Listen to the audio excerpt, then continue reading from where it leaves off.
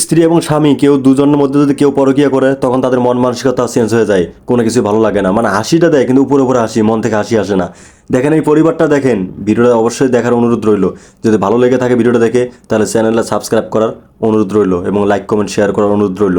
দেখেন তার স্বামী স্ত্রী দুজন, স্বামী চলে আসে এবং স্ত্রী তার কাপড় চোপড় গোছাতে গিয়ে ব্যাগে কিছু একটা পায় আর ওইটা নিয়ে সে বাথরুমে যায় এবং স্বামী এটা দেখতে পেয়ে সে তার প্রেমিকের সাথে কথা বলবে এসএমএস দেয় এবং তার স্ত্রী বাথরুম থেকে বের হয়ে থেকে সে মোবাইল টিপতেছে, কিছু একটা করতেছে, সে বুঝতে পেয়ে স্বামী যেন বুঝতে না পারে সেজন্য তারপরেও গোসল দেওয়া হয়েছে, তারপরে সে আবার বাথরুমে যায়। কিন্তু তার স্বামী দেখেন তাড়াহুড়া করে বিছানায় শুয়ে পড়ে মোবাইলটা রেখেই, এবং তারপরে তার স্ত্রী চলে আসে বাথরুম থেকে।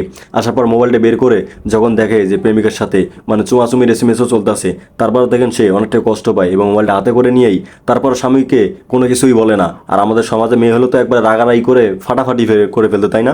দেখেন তারপর চাদরটা গায়ে দিয়ে এবং বসে বসে ভাবতেছে যে না, তার উপর রাগ করা যাবে না, প্রতিবাদ করা যাবে না, তাকে ভালোবেসে যাব, সে হয়তো পরিবর্তন হতে পারে, এরকমও হতে পারে। কিন্তু তারপর দেখেন সে ধান্দা দেখতেছে যে একদিন মার্কেটে গেছিল সন্তানকে নিয়ে, ঠিক তখনই সে একটা অজুহাত দেখে সে এখান থেকে চলে যায়, কারণ তখনই তার প্রেমিকের সাথে দেখা করতে গেছিল। সন্দেহ হয়েছিল কিন্তু কিছু বলে নাই যে আমার স্বামী তো এরকম না। তাই বলছি ভাই, যে কোনো কাজ করতে গেলে ভেবে চিন্তে কাজ করবেন, না ভেবে কোনো কাজ করবেন।